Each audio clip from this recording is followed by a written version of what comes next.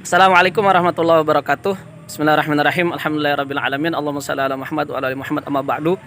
Anak-anak sekalian yang dimuliakan Allah, beberapa waktu yang lalu kejadian di mana ada penghinaan yang dilakukan oleh Presiden Prancis, Macron, di mana dia menghina Nabi Muhammad SAW dan juga dengan dalih kebebasan dia membiarkan dibuatnya karikatur atau diterbitkannya karikatur Nabi Muhammad SAW.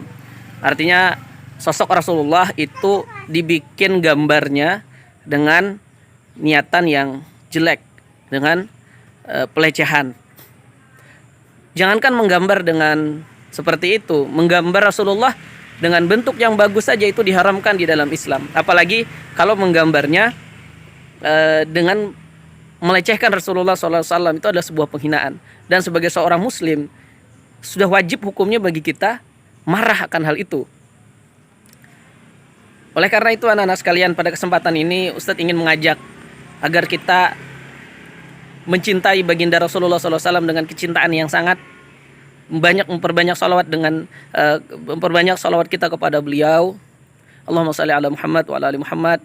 Kemudian juga kita menjalankan sunnah-sunnah beliau, dan ketika beliau dihina kita bangkit marah kita kepada mereka yang menghina Rasulullah SAW. Ada seruan untuk memboikot produk Prancis, bahkan MUI sudah mengeluarkan fatwanya.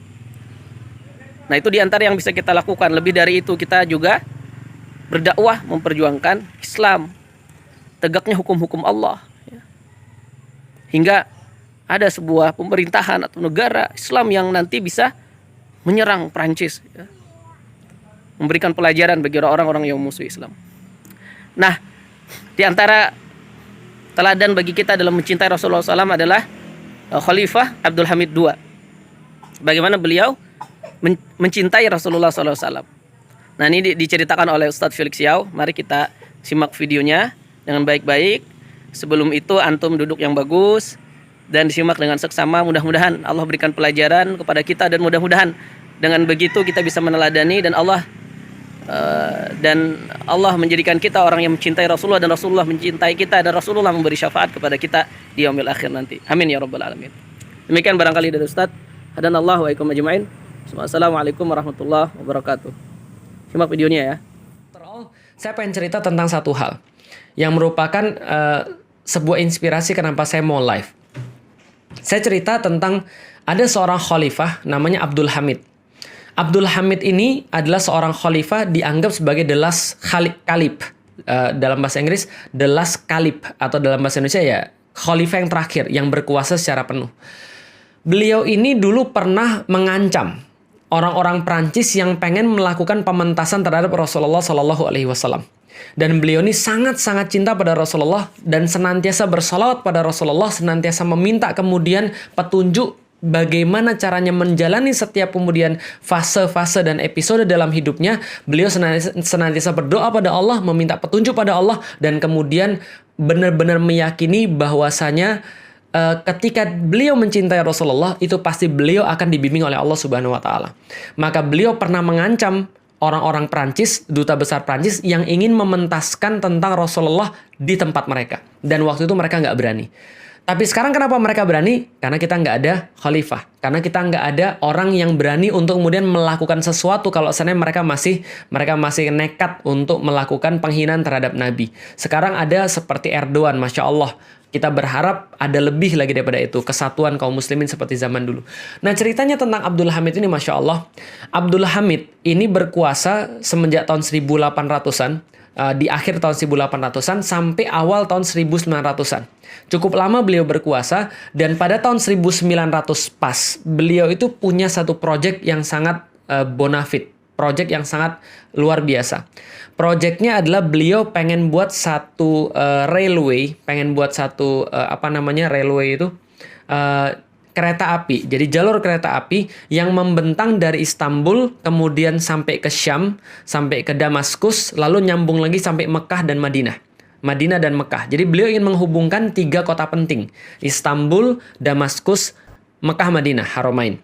Dan ini adalah proyek yang sangat luar biasa. Beliau berpikir bahwa ini bukan hanya proyek yang bersifat politis, karena ini adalah menyatukan wilayah-wilayah kaum muslimin yang memang sebelumnya sudah bersatu tapi direkatkan lebih lagi. Yang kedua adalah secara militer mereka punya banyak sekali pilihan untuk bisa mentransfer logistik, dan pada saat itu kita juga tahu bahwa ya Inggris dan Perancis sudah mulai menjajah kaum muslimin, dan Rusia yang ada di utara sudah mulai menjajah kaum muslimin pada saat itu.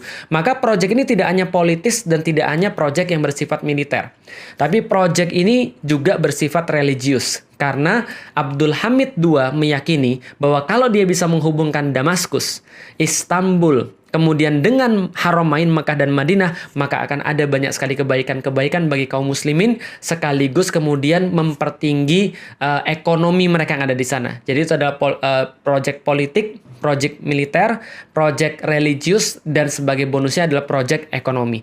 Yang menarik adalah mereka mengerjakan itu selama 8 tahun, sampai sekitar tahun 1908, setahun sebelum beliau kemudian meninggal. Lalu kemudian, setahun sebelum beliau diturunkan kalau saya nggak salah. Dan kemudian dibuatlah railway ini. Sampai kemudian dibuat railway ini dari Syam sampai ke Madinah.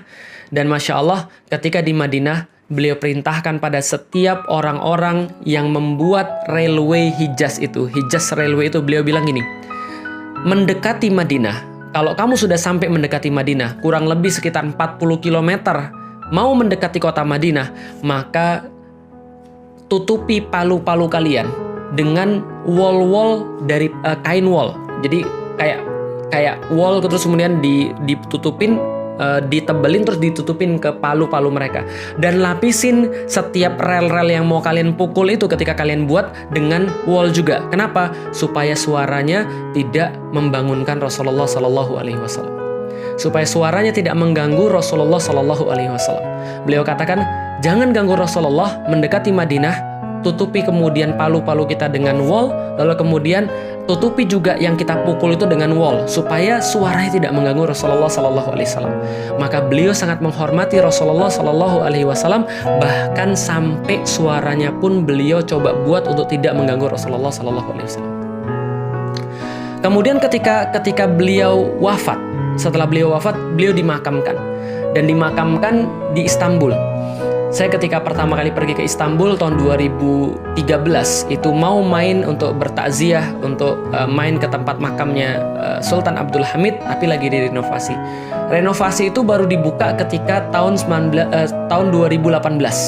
100 tahun peringatan wafatnya Abdul Hamid, berarti 1908 ya kalau nggak salah, atau 2019, nanti coba dicek lagi. Pokoknya ketika buka setelah beberapa tahun itu direnovasi, kita baru sadar. Apa yang kita baru sadar? Ternyata kalau antum pergi ke Istanbul suatu saat nanti, amin mudah-mudahan, antum akan menemukan ada tramway namanya T1. Tramway warna biru. Tramway T1. Tramway T1 itu membelah Konstantinopel, membelah Istanbul dari tembok Konstantinopel sampai ke Sultan Ahmed, lalu kemudian sampai ke daerah Eminonu, dan seterusnya. Pokoknya dia membelah segitiga Istanbul yang sering saya jelasin. Dia membelah di tengah-tengahnya. Itu pasti kalau orang ke Istanbul dan jalan-jalan pasti naik itu. Dan satu-satunya tempat yang dikasih bantalan plastik, sekaligus bantalan karet ketika di railway sepanjang itu adalah satu-satunya wilayah yang melewati makamnya Abdul Hamid.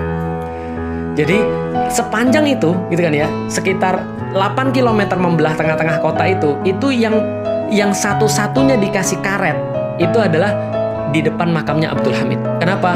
Karena kemudian seolah-olah rakyat Turki ingin berkata kepada dunia, sebagaimana Abdul Hamid memuliakan Rasulullah Sallallahu Alaihi Wasallam, maka begitulah kami mencoba untuk memuliakan Abdul Hamid. Masya Allah, saya pikir ini adalah sebuah kepastian, ini adalah sebuah formula, ini adalah sebuah rumus bagi kaum muslimin. Apa rumusnya? Kalau Anda pengen dimuliakan oleh manusia, maka Anda harus memuliakan manusia yang paling mulia, yaitu adalah Rasulullah Sallallahu Alaihi Wasallam. Kalau kita benar-benar memuliakan Rasulullah Sallallahu Alaihi Wasallam, maka tidak mungkin manusia tidak memuliakan kita. Kenapa? Karena yang mendoakan orang-orang yang memuliakan Rasulullah Sallallahu Alaihi Wasallam adalah seluruh penduduk langit. Penduduk langit mendoakan setiap orang yang memuliakan Rasulullah. Begitu kemudian mereka ngefansnya sama Rasulullah, begitu mereka cintanya pada Rasulullah, maka penduduk langit akan mendoakan siapapun yang memuliakan orang yang mereka muliakan. Penduduk langit akan mencintai siapapun yang mencintai yang mereka cintai adalah Rasulullah Sallallahu Alaihi Wasallam, dan penduduk langit akan membenci dan akan mendoakan buruk, akan melaknat siapapun orang-orang yang menghina Rasulullah Sallallahu Alaihi Wasallam. Maka sebagaimana Abdul Hamid memuliakan Rasulullah, maka penduduk Turki sekarang memuliakan Abdul Hamid. Mereka bilang, jangan biarkan tramway itu ketika melewati makam Abdul Hamid, lantas tramway itu mengganggu kemudian istirahatnya Abdul Hamid. Kenapa? Karena Abdul Hamid sudah memuliakan Rasulullah dengan menjaga agar tidak membuat bunyi-bunyian yang kencang, bunyi-bunyian yang berisik ketika itu mengkhawatirkan untuk mengganggu Rasulullah Sallallahu Alaihi Wasallam. Apa yang bisa kita ambil teman-teman sekalian? Itu adalah kesimpulannya. Muliakan Rasulullah Sallallahu Alaihi Wasallam. Kenapa? Karena itu adalah bagian daripada akidah kita. Kita udah jelasin dari awal. Tapi bonusnya bagi Anda adalah Allah akan menyayangi Anda. Yuhibbukumullah wa yaghfir lakum dzunubakum, dan akan menghapuskan dosa-dosa Anda.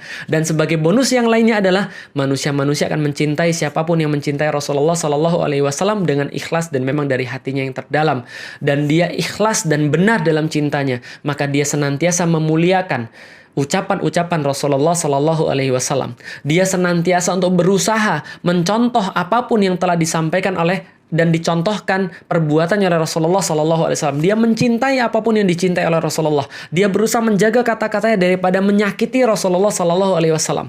Dia berusaha menjaga kata-katanya daripada mengolok-olok ataupun bahkan sampai mencitrakan buruk Rasulullah Sallallahu Alaihi Wasallam. Kenapa? Karena kecintaan itu yang paling mudah itu adalah lisan.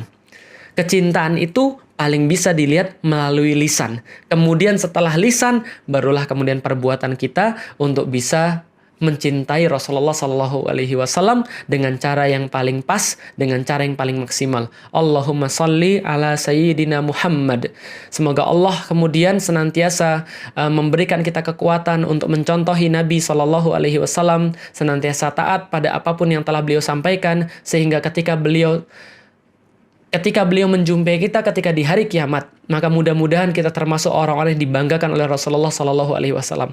Mudah-mudahan kita termasuk orang-orang yang diingat oleh Rasulullah Sallallahu Alaihi Wasallam, dan kita dipanggil nama kita oleh Rasulullah Sallallahu Alaihi Wasallam, dijadikan sebagai orang-orang yang berbaris di belakangnya, mampu untuk memandangnya walaupun dari kejauhan, dan kalau diizinkan bisa untuk memeluk beliau dan bercanda dengan beliau, berkata-kata dengan beliau. Semoga apapun yang kita coba di dunia ini untuk senantiasa memuliakan beliau dan apapun yang beliau perjuangkan menjadi tanda cinta kita yang paling besar kepada Rasulullah Sallallahu Alaihi Wasallam. Barakallahu fikum. Assalamualaikum warahmatullahi wabarakatuh.